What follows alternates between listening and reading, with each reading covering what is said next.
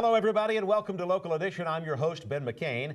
Our guest is Dr. George Mannon, Superintendent of the Torrance Unified School District. Dr. Mannon, we want to welcome you back to the program.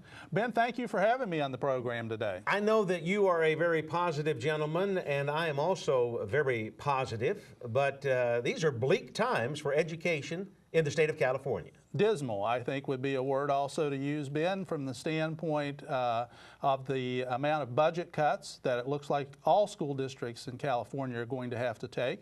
In our school district alone, we're estimating $8.7 million worth of cuts for next year.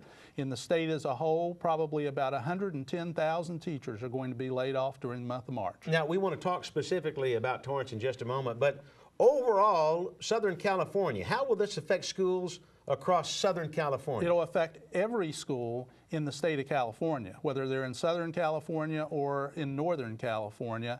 And every school district in California is going to have to reduce their budget by about 7%. So when those numbers play out, the total numbers are going to be huge all over the state. And the only way to actually reach those kind of numbers are massive layoffs, and that's what we're going to see around the state. Now, I recently heard we're something like 49th, number 49 out of the 50 states in the union when it comes to our education and how poorly we're doing. Are we looking to hit number 50 just to be at the very bottom? On expenditures per student, we're actually 46th. If the governor's proposal goes through and is approved, and we're assuming that it will be, then we're probably going to move into 49th place. So we're looking to hit 50. We're looking to be at the very bottom, yeah, on the whole issue of per pupil expenditures. So now, Dr. Mannon, I find that so unbelievable because when people across the United States of America, people across the world look at Southern California and the state of California, they think this is the greatest place in the world to live. And you're telling me we're number almost 50? It's a tragedy.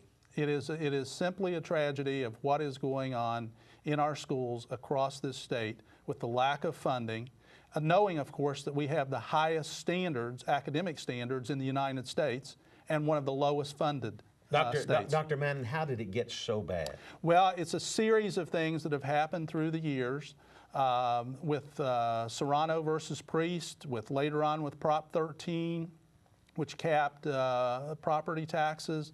So we reached a point where it has fallen through the years. And now we've reached a point where we're almost at the bottom. Okay, what are you and the school board in Torrance, the Torrance Unified School District, what are you guys wanting to do to solve this problem? Well, what we're trying to do is, and we'll be like every other school district, we will be doing layoffs. But at the same time that we're doing layoffs, we got a very good report back from our consultant in terms of facilities. And that report was given to the board in January.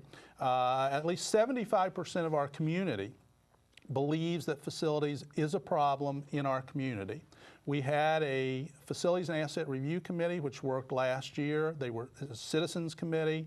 They went to all of our school sites, reviewed our schools. And remember, most of our schools are 50 years old or older.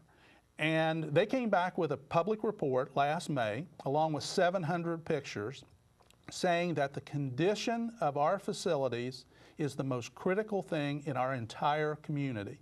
It must be resolved. And that's what you hope to do with a bond proposal, hopefully coming up November 2008. That's correct, Ben. And our consultant did some telephone polling.